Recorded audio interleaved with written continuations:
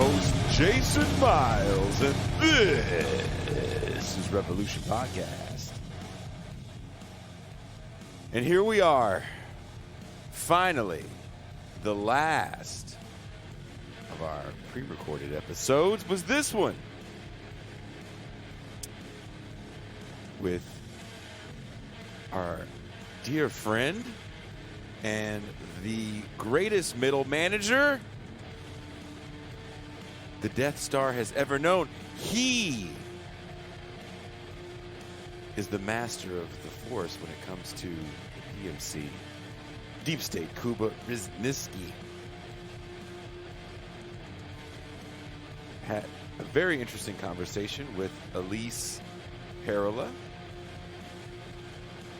about the art in post-Soviet Russia. So, of course, we're going to get into a little bit about the Soviet Union history. I myself am doing some reading on the end of history. I'm reading the book that inspired the Adam Curtis documentary Hypernormalization for a new piece I'm writing, The End of History and the Rise of Pop Punk. I'm sure you can imagine what that's going to be about. And also, if you haven't done it, youtube.com/This Is Revolution Podcast. Please hit that subscribe. We're almost to 10,000. By almost, we need like 2,500 more. But Kuba has done an amazing two-part series on the Russian Revolution. So please check that out. We also have a whole playlist of our video essays, The Great Awakening, The Forgotten Huey Newton, taken from Cedric Johnson's amazing essay on Huey Newton. We also have Doug Lane's Critical Cuts. We'll be airing Doug Lane's Critical Cuts on the channel as well. So stay tuned. If you like what you're hearing and you have the means and you feel so inclined and you'd like to help the show grow, become a patron. We are adding shows.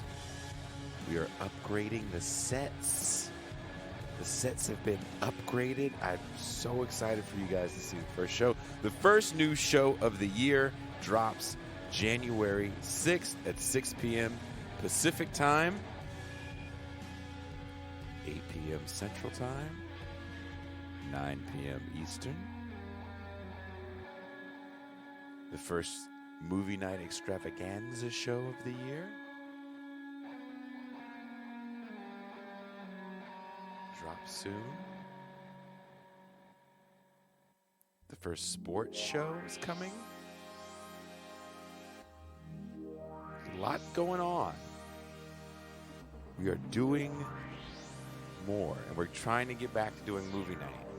A lot happened at the end of last year.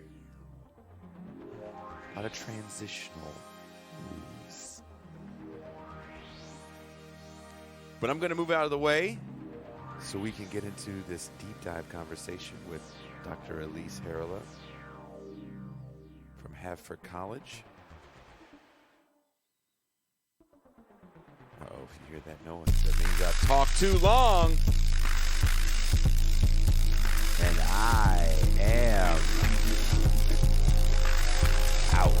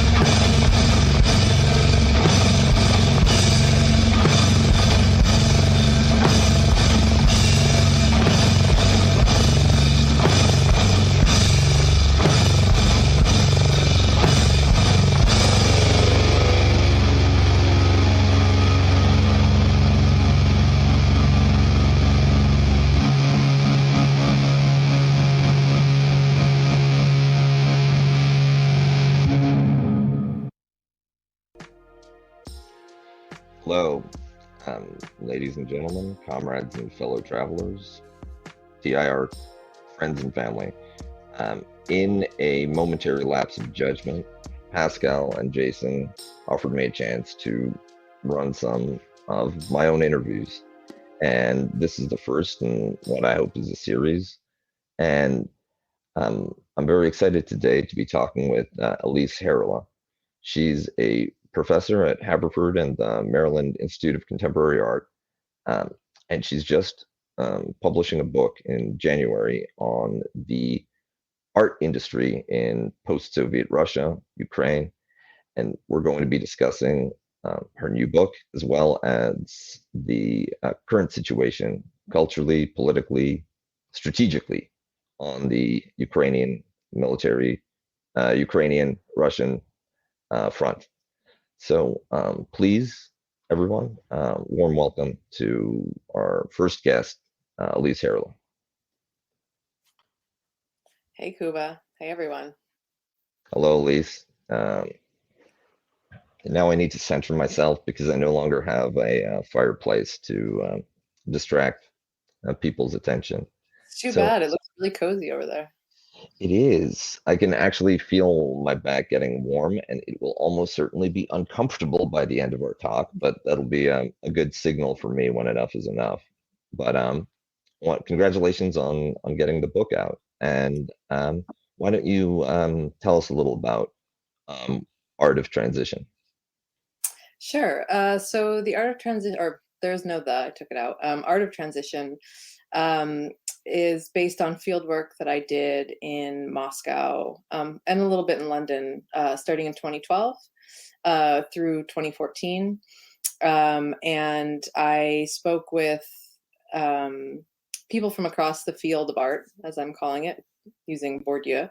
Um, and initially, I had wanted to just speak with collectors, but then I opened it up and realized that the story is much more interesting when you talk to artists, you talk to critics, journalists, also the collectors, to gallery owners, auction house people, and so really across the field, just to try to get a sense of, what was it like to be part of the art world in Russia at that time. And part of the reason or one of the reasons that motivated me to look at art in particular was because, as I said, I was going to initially focus on the collectors because I wanted to look at the cultural basis of class formation. So really what I was interested in to begin with was, how is it that you have this society that was ostensibly classless for 70 years, right?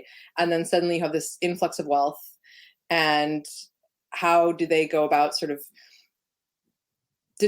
do they go about creating class cohesion, not just through money, right, but also through a sense of culture? And one of the ways that there was so many articles about how many yachts they were buying and the fancy designer clothes, but I decided, looking at sort of a more rarefied, looking at art, because now suddenly rich Russians were suddenly buying art, and this was a lot in the media during that time. So originally looking at art as a way to try to understand cultural cohesion amongst the Russian wealthy. And then when I got there, I realized there was a more interesting story about cultural production in general in a post-Soviet space.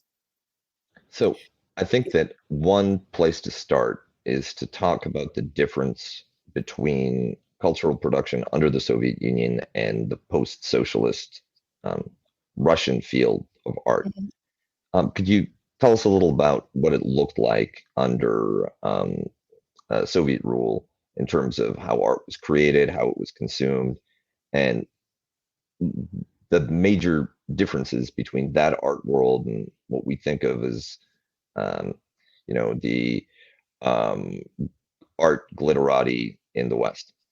Yeah, absolutely. And I think that's really sort of looking at the post-Soviet looking at the Soviet art world is really sort of a fundamental place for understanding not just how art and artists developed later in the post-Soviet period, but also how the market developed, how the outside world outside of Russia understands them. So basically, Stalin in, was it 1933 2 or 3, I should know that, it's in the book,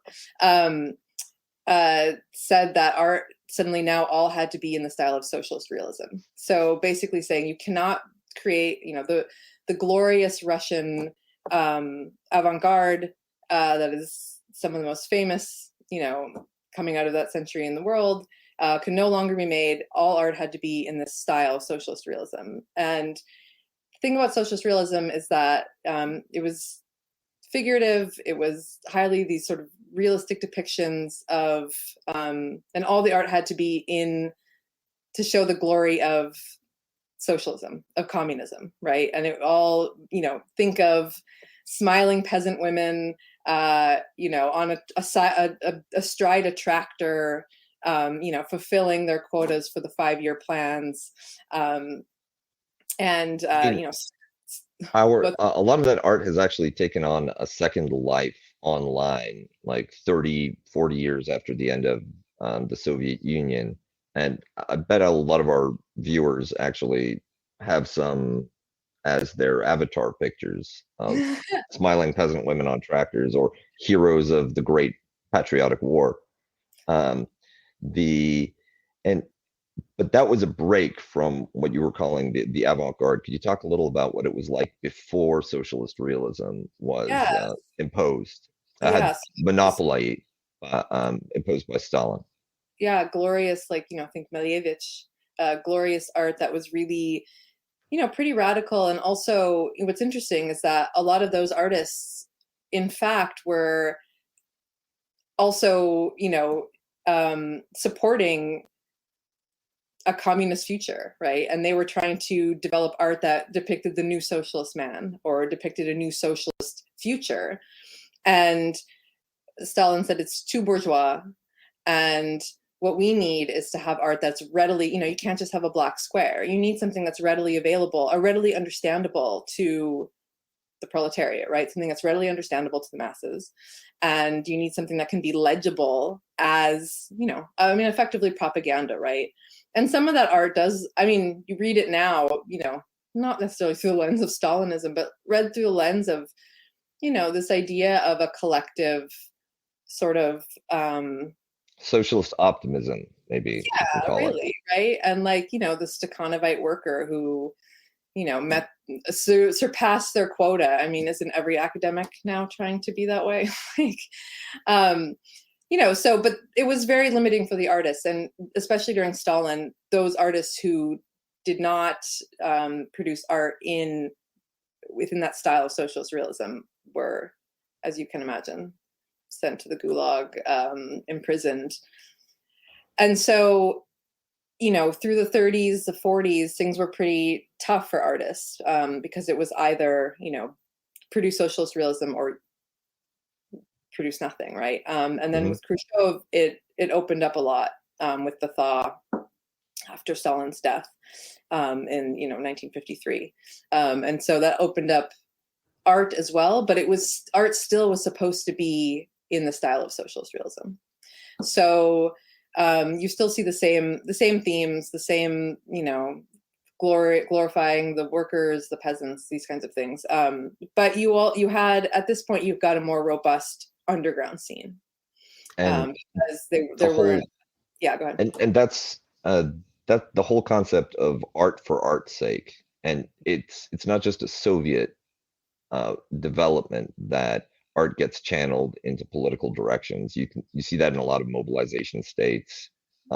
In Poland before World War I, when it was still partitioned, there was this collective belief that Polish art was there to maintain the Polish nation, was there to mobilize people towards patriotic causes, and art for art's sake, just doing something because you think it's cool, is, like you said, a kind of bourgeois indulgence.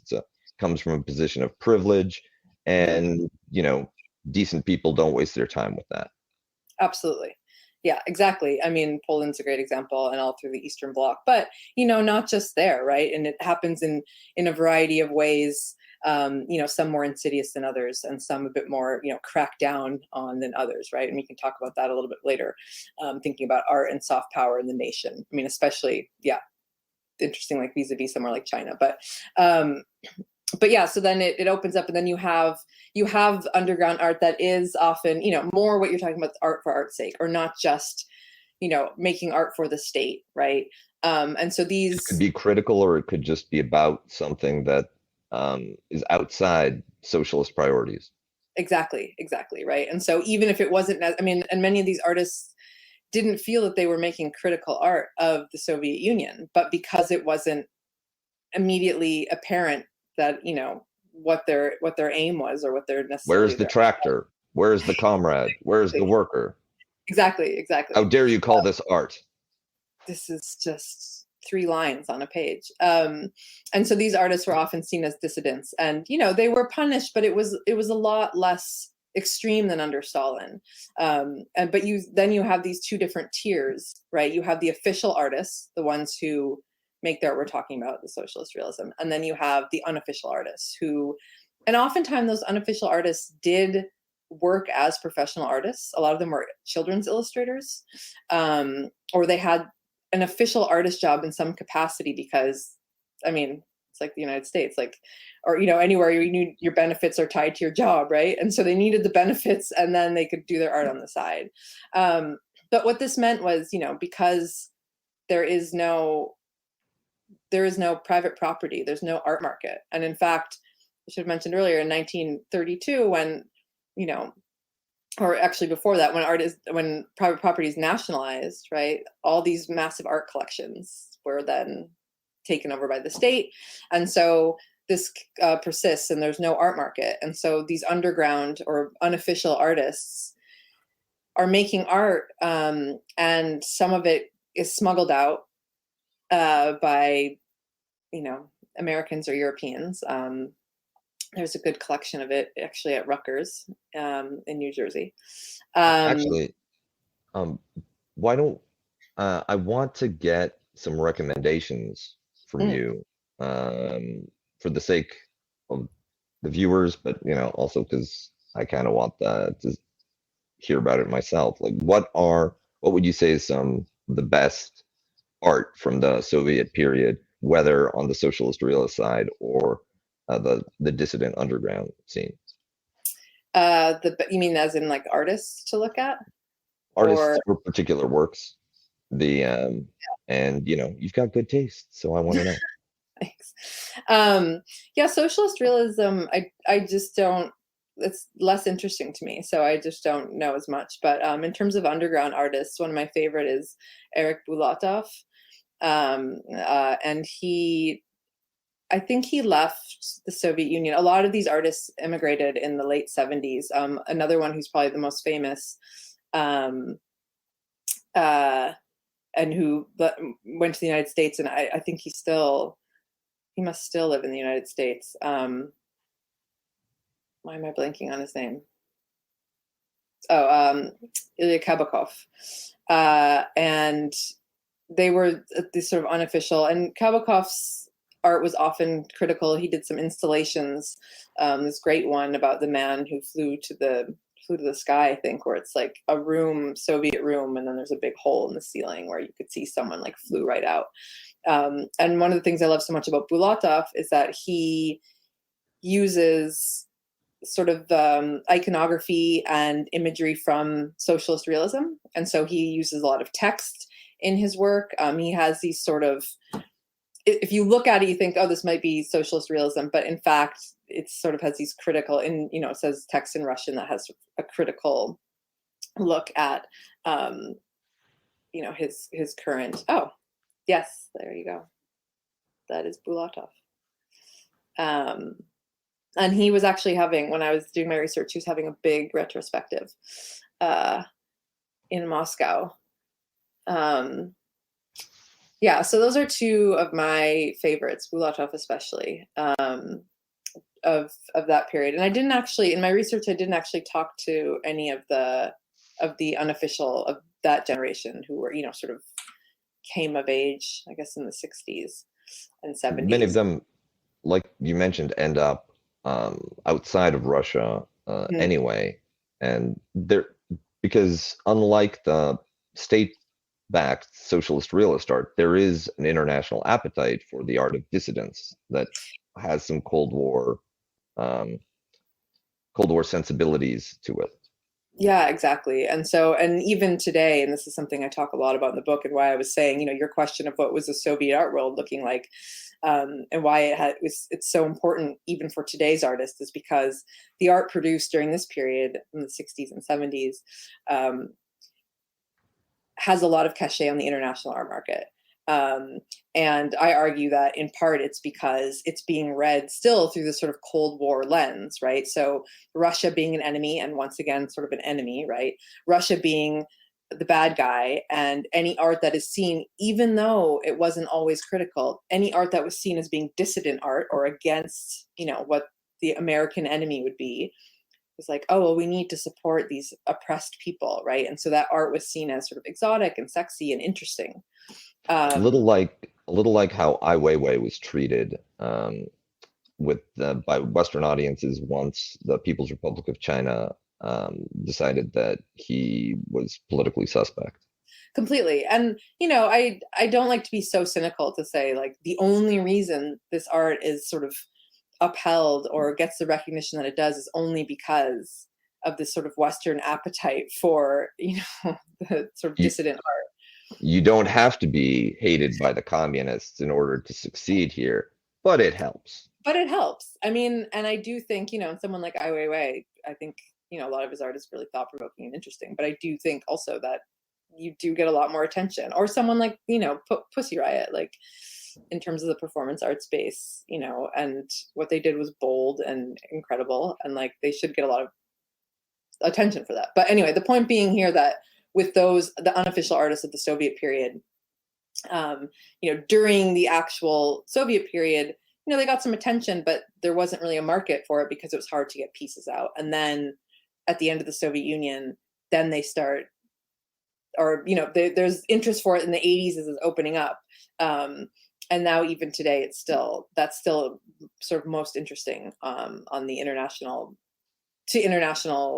buyers, as opposed to no one cares about contemporary Russian art.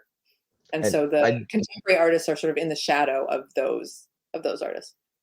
And before we move on historically, there are a couple of old Soviet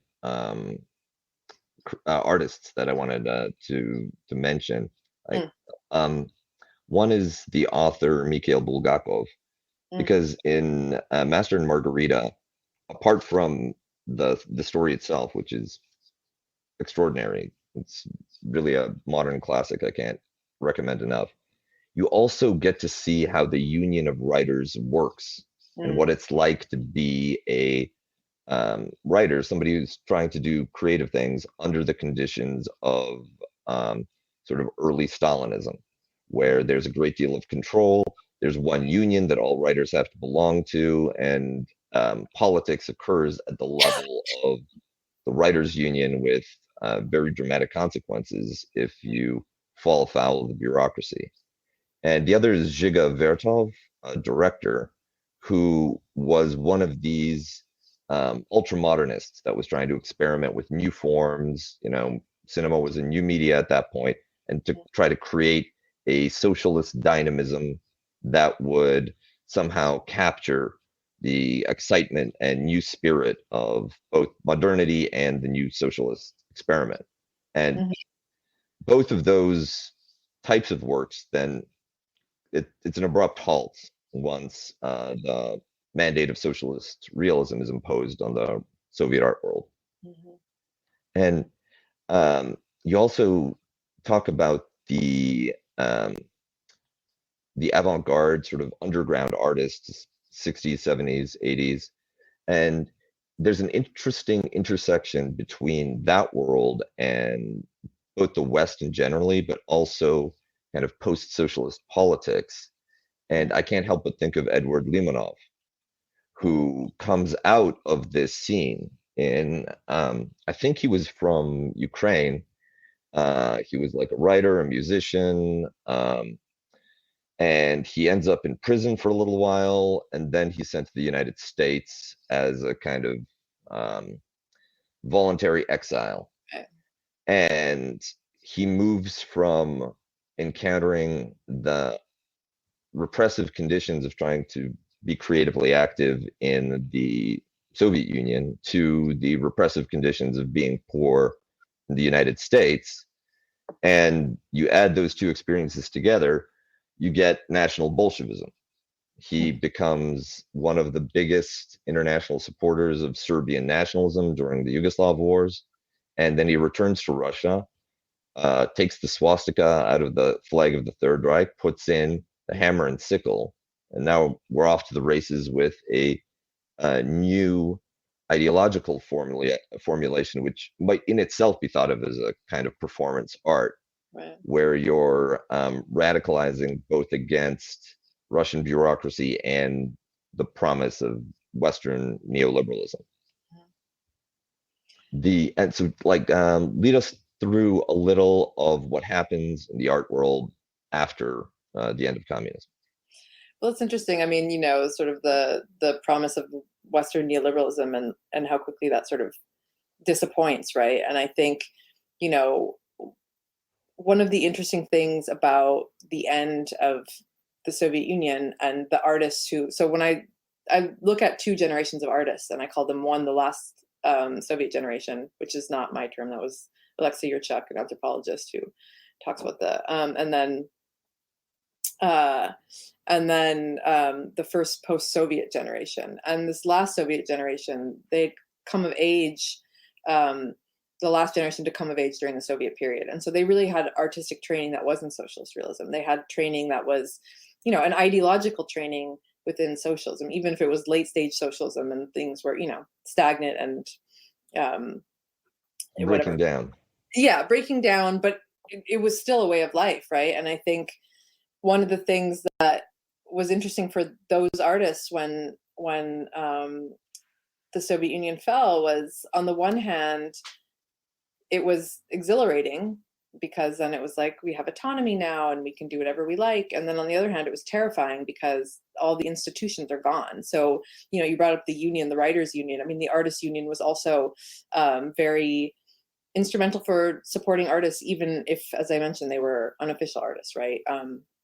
And even today, some young artists still have finagled getting artist studios from the union, which is, a perk that not many people get. But the point being that, it's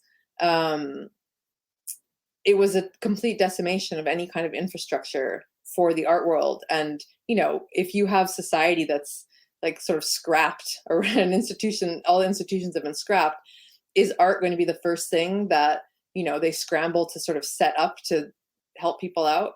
Not really, right? So they found themselves sort of in free fall. And for some artists, they said, this was like the most exciting time to make art. And the autonomy, the feeling of being able to do whatever they wanted, and that they were sort of erecting the art world by themselves, right? And then later, once the market started, and once that, the perversion of once capitalism arrived properly, that really sort of shaped and shifted things. And the artist said, you went basically from being able to make art for art's sake, and it was sort of for a community and an intellectual exercise, and for the love of art, to what will the market want? And I think that one thing that might be helpful for some of our viewers is this period, the 1990s. If you try to find a comparison, a touch point that's like better known in the West, it's a lot of kind of punk rock, do-it-yourself sensibility. Because those were movements that were also pioneered by people who didn't have a lot of economic resources, who were outsiders, who had to do everything themselves, and were not aiming to ascend any kind of cultural or professional or economic ladder. But as long as they had the autonomy to do what they wanted, they could make art for themselves, their friends, and later unhappy teenagers across the suburbs of the world. Right. And that becomes available in and a possible kind of model And so you have this sensibility in the 1990s among a lot of Russian creatives, and not just Russian, but also all across the Eastern Bloc, that this is how you can do art. This is how you can be creative. Don't worry about the job, like scrounge for the places that you can get. There's resources available, but you have to take them yourself, because the structure of the state, anything that would normally be the gatekeeper to a studio or to a salary or to an honorarium, that's all gone. And so you're on your own, but also there's nobody standing in your way anymore. And this is one of And the reasons that performance art was so glorious in the 90s in Russia, was because people didn't have money for supplies. They just didn't have money. So you can use your own body, and you can, create art just literally with your person, as opposed to needing to buy expensive canvases and things. and can you recommend, is there anywhere, like, are there YouTube videos, or is there any place where people could like see some of this art from that period, to get a sense of it? And what, yeah, go ahead. and if you have your recommendations, right? I Yeah, mean, I'm looking. I can't think of a site offhand that would have. our viewers are good at Google, so you can just like give names. Yeah. So Oleg Kulik, Kulik, did these really kind of extraordinary performances where he was a dog, and was in a cage. He bit an art critic. I think he would attack people. Appropriate. What's King. that? King. Yeah. Yeah. So he and I mean, he had a variety of performances that were kind of like that were sort of jarring and sort of interesting like that. So I would recommend checking him out. He's sort of, and the younger artists that I spoke to talked about having like really strong aversions to his work, saying like, this isn't art, this is so wild, until they sort of finally understood, like, oh right, art had moved beyond just the peasants on tractors. So And so what happens with the market emerging in post-socialist Russia? What does that process look like, and where does it lead to? Yeah, so I think it's builds slowly. There's a few galleries in the early 90s, and they are all sort of just for themselves, and no one's actually really buying. They're just more sort of spaces. And in fact, one gallery was really just a squat that people hung out in. And so it sort of builds along, and the 90s, as one artist said, it was like awful but interesting, and it's slowly moving along. But then by the 2000s, as Putin comes to power and the country gets more economically stable, and you see a rise in incomes, middle class, and then also you see sort of the new wealth shift from sort of really conspicuous consumption to then they start buying art. And so then you see more of the infrastructure developing in the 2000s of sort of a proper art market in Moscow and in St. Petersburg. When you say a proper art market, it's not middle class people with those rising incomes buying, but it's the elite status consumption market that you think of about New York or London. Right. Yeah. It's, the higher end stuff. And what's interesting is that it's still, it's not just, I mean, I had sort of thought when I started that it was only the very wealthy people who were buying art. And I learned later, that there was people who had been collecting since the Soviet period, quietly. And they're sort of more intellectual, or what we think of as more, they're not super rich. Maybe they were lawyers or doctors or something.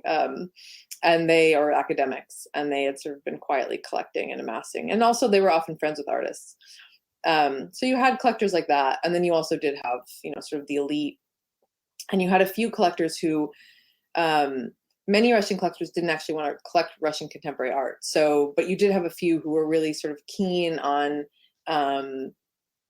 supporting Russian culture and really trying to sort of preserve contemporary Russian art, because they knew the interest in it was pretty low. So they sort of turned to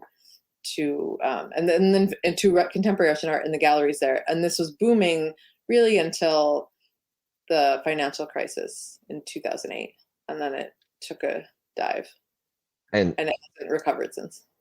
what was the motivation? Was there a political or cultural agenda behind the collectors that specialized in Russian art? That's a good question. I mean, some said that it was sort of political insofar as like, no one else is going to buy this art and I need to support it. I mean, as one collector said, collectors seeing it as like a responsibility and seeing it sort of on national lines and saying, what can I do for a French artist or an American artist? I can't do anything for them, but I can do something for Russian artists because they need someone to buy their work. And another collector very much, only bought young artists who needed help, basically, who needed his, as sort of the old model of Patronage model. Patronage, exactly, right? Yeah, before Patreon, we had actual patrons. Yeah, exactly. And they saw themselves as needing to fill that role because they understood that the market was not great and that the state wasn't really going to do much to help either, right? And so they sort of took it upon themselves to collect. And this is for contemporary. This isn't for, you also have collectors, oligarchs who do collect like socialist realism kind of stuff. And that's a different ideological issue. Yeah, the Soviet nostalgia market is another beast entirely. Absolutely. And speaking of oligarchs, what's their role in this? They secure a grossly disproportionate share of national wealth through mostly foul means during the privatization period. Right. And that gives them the ability to buy all the yachts, buy assets, buy resources. Does that economic power and political power and social status then translate into a role in the art world? Yeah, absolutely. 100%. I mean, the best contemporary art museum in Russia right now is called Garage. And it was started by Roman Abramovich's, I think there is an ex-wife, Dasha Zhukova. And I went to it when it was in its first location, and it was pretty great then. And now it has this glorious new building. I think it opened a few years ago, and they get artists from all over the world. It's like any major contemporary art museum that you'd find at any major capital, right? And I speaking to one art journalist when I was there, I mean, he was very disparaging of exactly what you described. These people who have this ill-gotten money and, it's so gross, and the oil and all these things. But at the same time, he was like, they're doing the most important stuff for art and culture right now. They have foundations that give money, and a lot of artists were sort of torn about taking money from these foundations. But I mean, it's like, is there a Sackler wing in American museums? In a lot of them, yeah. I mean, now whatever, they're taking them down, but like at Harvard, there's a Sackler museum. Yeah. So if you think about all the money that that funds culture, I mean, it's a similar thing is happening there, and they are really sort of important for providing institutions and infrastructure of art that maybe wouldn't exist otherwise. So is what we're seeing a replay of the kind of early 20th century robber barons using culture, using philanthropy to launder their power and wealth in a way that to make them more socially palatable and seem more acceptable to both polite society and the country at large?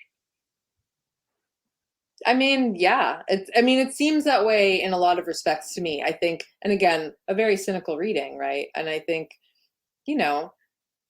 a lot of those institutions that those robber barons did for precisely those reasons, right, are sort of enduring cultural institutions in this country.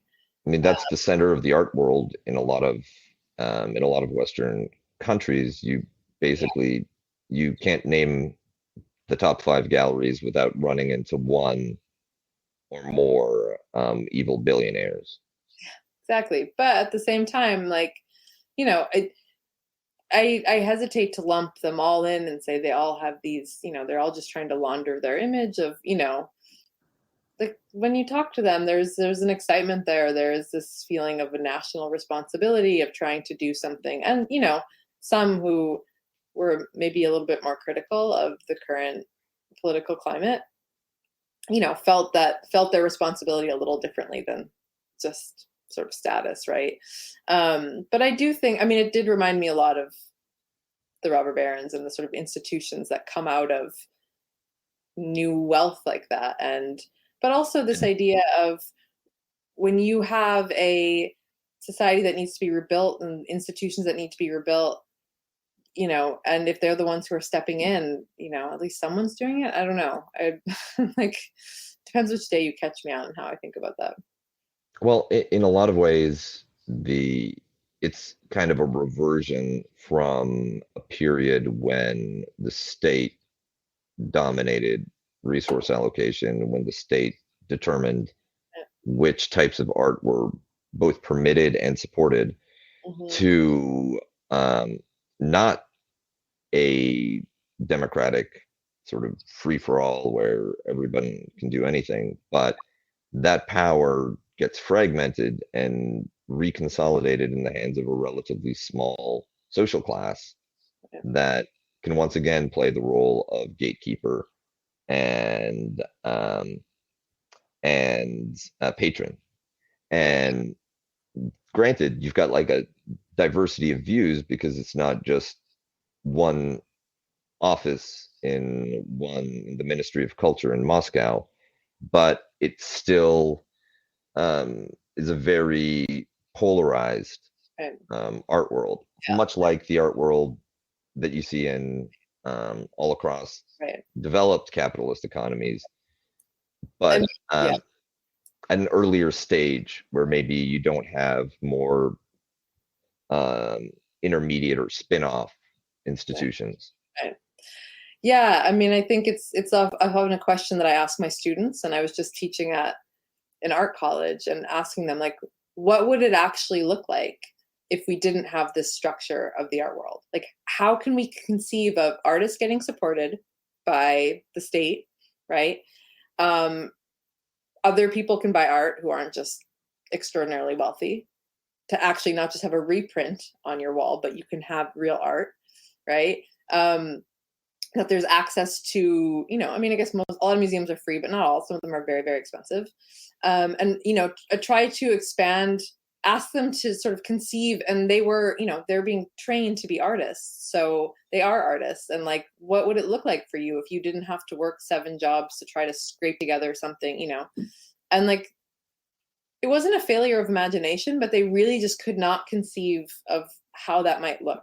Right. And so it was like trying to explain the Soviet art world and like, let's get socialist realism and, sort of the repression aside and think like, what would socialism look like for an art world in a way that wasn't, sort of also authoritarian? And it was just crickets. Like, we really didn't get anywhere in the conversation. It's a little like the Mark Fisher quote, where it's easier to imagine the end of the world than it is to imagine the end of capitalism. And there's these social democratic models like Canada, much of the EU, where you have public funding for culture through grants, all kinds of state support that has an arm's length relationship between the government and the juries or evaluators who are actually awarding them in order to try to avoid that authoritarian impulse. But it's always a kind of modification or a supplement to a fundamentally commercial art market that's driven by big collectors with the kind of money that can like move public taste. Right. And the other issue was that, and part of, I think, what was a struggle for students is like the market also provides a level of consecration that, and these institutions, like what's in the top museums, that must mean it's good. What's sold for $100 million at auction, that must mean it's good. Right. And so this idea that the market and these sort of prestige institutions, created and run by trustees who are very wealthy, right? That this all provides a level of consecration that it's really hard to look outside of. And without that, does art have the same status? Does art still have the same prestige if we're just Or is saying it like, yeah, just anyone? graphic designers making T-shirts for friends of theirs? Yeah, and like I gotta be honest, my art students made some really cool t-shirts. But like, I know, right? Like, we should have a museum of those.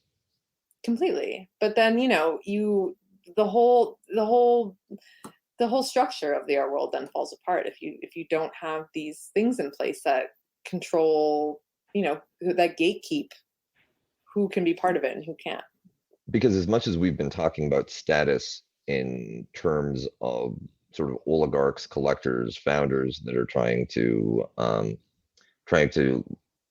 secure respectability on top of everything else they have, the art world is also a pretty strong, pretty strict status competition among artists, with Absolutely. that, with markets and gatekeepers being, like you said, the consecrators, the judges that tell you if you're worth anything.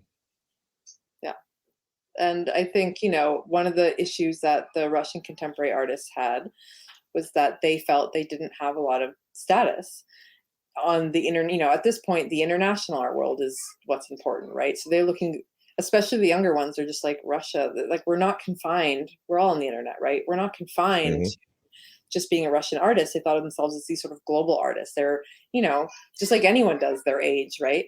And so for them, they felt really pigeonholed, and people would only sort of see them as Russian artists, meaning as, sort of they should be dissidents, or they should be against Putin, or they should be Or talking, should they be nationalists, right? they should be Like, you can nationalists, go that direction too. socialism, and that they didn't feel any of these things represented what their interests were. In terms of status, they also knew that no one was terribly interested in Russian art on the international art market, right? So for them, it was always this sort of quest to get more exposure, to sort of be outside of Russia, even if they still wanted, And loved Russia for particular reasons, but then wanted to expand outside of that. And they found it really hard to break out of sort of the cliches, basically Cold War cliches, and now like mhm. sort of Putin-era cliches of what it meant to be Russians. And that was really frustrating. And as an Eastern European, the inferiority complex that you develop towards, right, the real Europeans, Right. French, Germans, Americans, Brits, Italians, makes it sting so much more when you don't have an international recognition, when your audience and your reputation are limited nationally. Right. You like, you know, grant it's the sort of mentality where, my people like this, but my people aren't good enough. I need the actual people who know art, Right. who must live somewhere else. Right. I see them on TV. They're the ones that I should be producing for. Right. Um, and on that note, have the sanctions imposed after Crimea and sort of gradually escalated throughout the Putin period, have those, in the way that they've cut off Russia in some meaningful ways from international markets, Mm-hmm. is there an impact on the art world um, from those economic developments? That's a good question. I think, I can't really speak to now. I can speak to sort of around the time that I was doing research and ended, which was it was in 2014. And I went in the fall, and everyone could already feel it. I mean, they talked a lot about what was going on. The galleries were feeling the sanctions, and feeling basically that there was a hesitancy for people to buy. They just didn't feel like it was the time to buy art, right? Because there was a lot of uncertainty economically, and people didn't feel like comfortable buying art. What was interesting to me was that I spoke to some artists who were in calling the last Soviet generation. They were born between 1950 and 1969. And when I spoke with them in 2014, they were saying, they had stayed all through the sort of turbulent post-Soviet period, the 90s, when everything was so chaotic, and they stayed through the Soviet period.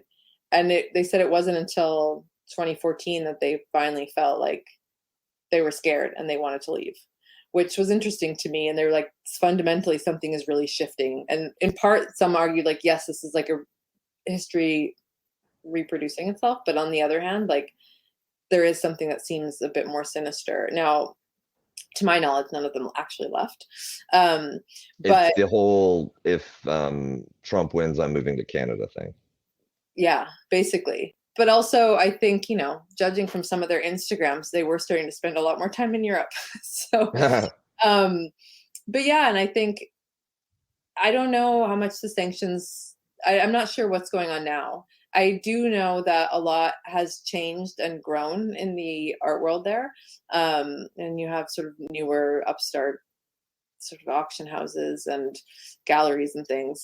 It's expanding, but to what degree, I don't know. And, I also know the galleries started, I believe, like, not a union, but a sort of a council. I can't think of what I'm trying to say, but anyway, they, like a professional association. Yes, thank you. Professional association, organization. They're trying to get more organized, basically. And there's new publications, so it seems to me to be growing. But I don't know actually, like, to what degree, it's been hindered by that. So. There are a couple more things that I want to touch on. We've got about 10 minutes before I've violated my promise to not go over an hour. And one is, what about on the kind of like mass popular level? Is Russian contemporary art going to, is it reaching regular Russians, especially people outside of St. Petersburg, Moscow? Is there any interest or appetite in it? Is there art education for people that aren't necessarily born into that world? And then the second thing, once we've talked about that, I want to turn a little to Russia, Ukraine, and the West. Is there a specific question, or you just want to? Oh, yes. What are regular Russians engaged in the art world at all, right? Or is it this field of creators, curators, and collectors? Yeah, I think the reach isn't great. I mean, there have been a few galleries and sort of art world people who've been doing it a long time who've really tried to reach outside of Moscow and reach outside sort of the main capitals, and with some success. I think it's also growing, but very slowly. I think it's very stark to me, the times I've been in Russia, how different the rest of the country is from Moscow and from St. Petersburg and sort of those cultural capitals. I mean, not unlike, I suppose, the United States, right? But I think a lot of people don't really get it. Contemporary art, they don't really care. It doesn't have the same kind of interest sort of broadly. And I think that's also one of the frustrations that a lot of people in the art world have, is that, I mean, they would argue, so many people said this is not coming from me, but a lot of people told me that they had missing art history, that they didn't get to learn about art history for a long time, 50 years, whatever. And so therefore they don't have this sense of the trajectory of art.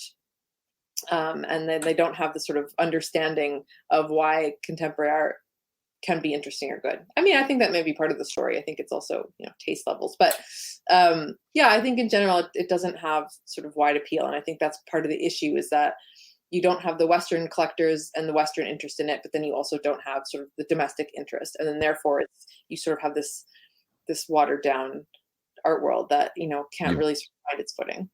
You have to rely on a small number of individuals, kind of onesies and twosies, for your support. And if they don't like you, then there are few alternatives. In terms of, and you mentioned that Russians don't get art education.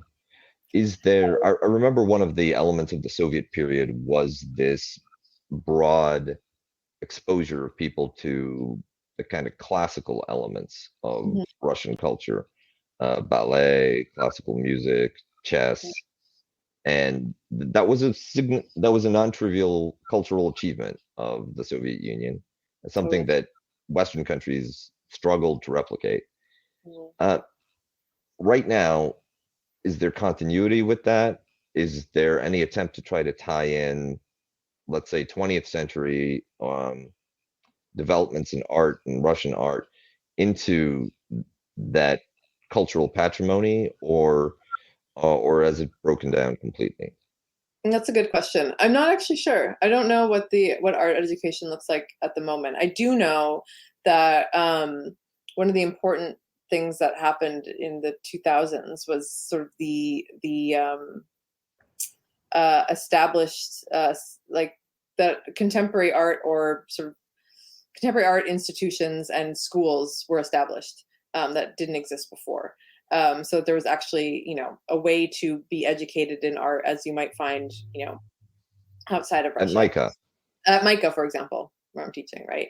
But that didn't exist before, and I think that was really important. But in terms of, secondary school or something, I imagine there might be, but I don't know. I'm not really sure.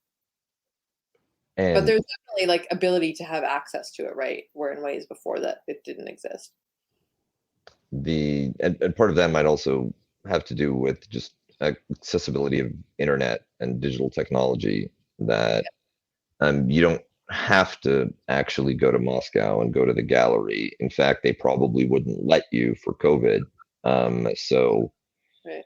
in some ways, there's been a flattening of the way that people experience art just because of the pandemic restrictions, and we'll see what the consequences of that are in Yeah. the next 5-10 years. Although I will But say mm, that my Russian friends have told me that it's been like COVID hasn't really existed. Like people just kind of, I mean, they all had COVID. They just like sort of went about their mm, lives. So maybe it didn't make a difference. I don't know. the yeah, like at least they're living up to that stereotype of like Russian toughness, indifference to suffering. Let this be a warning, Westerners, right? They But they did get the speaking. vaccine first, which Oh yeah, they Sputnik V. get There credit should be for. actually some great. What I would like to see, if any Russian contemporary artists are watching, I would like to see a socialist realist depiction of Vladimir Putin holding the first dose of Sputnik V with like industry and science in the background. Love it. Yeah, Um, I absolutely. the They should have a I want company to do. exactly the and have you seen that have you seen that um cathedral? They're building a new Orthodox cathedral, which is going to be very like Russian national centric. And Mhm. they have icons of Bolsheviks up on the wall. Like Interesting. Putin's makes an appearance. It's the sort of thing which sounded like a Turkmenbashi vanity fantasy, and then they actually are at 80% of construction right now. So, you know, life goals. See And then that cathedral. I Get want to. our get our Putin Sputnik V neo-socialist icon up on one of the walls. It's fine if it's just in like the sacristy, or like over to the side. We don't need pride of place, but Well, yeah, speaking yeah. of, can you still see his body? I feel like did they close Lenin. it? Yeah, I don't Lenin. know. Maybe he has COVID now. But I thought they were closed. the You could go see his body right on Red Square, but I don't know if they still do that. I saw Mao, and Mm. that was impressive. Um, it looked like he had a light bulb in his head. Um, but I haven't had a chance to see the Lenin mausoleum. The It has a very high rating on Google, um, and the internet says that you Oh, can, but that's exciting. I haven't dug hard enough, Mm. dug deep enough to get like an authoritative answer. So don't swamp me in the comments. I'm But sure to someone said us. touch, but I can't get by without actually asking about the security situation. Like in terms of the art world, is there a reflection of the kind of hardening nationalism that leads to things like Ukraine, NATO, Russia standoff? Are there people who are trying to use the art world to push those kinds of nationalist narratives? Or is this developing sort of in a completely separate silo, which might spill over more as an effect than influence as a cause? I think there are some artists who are very nationalistic and who would do exactly what you're saying. I can think of one in particular who is not Putin's inner circle, but very, very nationalistic, and it's sort of similar to themes that you might see, you know, in any sort of right-wing nationalist kind of situation. I haven't necessarily seen them use art in that way to, you know, sort of in the propaganda way. I think the way in which I see the state interacting most with art is either to shut down what they don't like, that they see as critical, and you don't often see it in the sort of soft power move that you might see elsewhere. And I think it's sort of ignored, really, by the state unless they find it irritating. And I don't see the sort of mobilization as you might have seen during the Soviet period. So where do regular Russians kind of get their cultural fix, their creative fix, if the art world remains a relatively elite bubble, the state isn't pushing the kind of socialist realist propaganda of the past? Who fills that void? I realize this is kind of outside the scope of your book, but I'd be curious at your thoughts. You mean in terms of institutions, or anybody? Yeah, I mean, go ahead. So a little more context. I was also thinking about jazz diplomacy and the kind of like blue jeans fixation and the Westophilia of late communism and the early transition period, where it was just a floodgate of Western popular culture going all through the Slavosphere. And is there a similar phenomenon with like any particular distinctive source, or is it just kind of people watching videos of their friends doing stupid things on YouTube? Yeah, I'm sure. I mean, you know, I think there's that. I think, you know, people do, at least in the major cities, go to museums, do cultural stuff that you might find anywhere. I mean, it feels it's becoming more and more sort of recognizable in that way, like Europeanized maybe. And yeah, I think there is a growing sort of, or home, you know, you reference the obsession with the West, and I think there is sort of a growing organic sort of Russianness to culture that, you know, is sort of maturing in a way that you hadn't seen before. And not just for oligarchs. Not just for oligarchs, for everyday people. All right.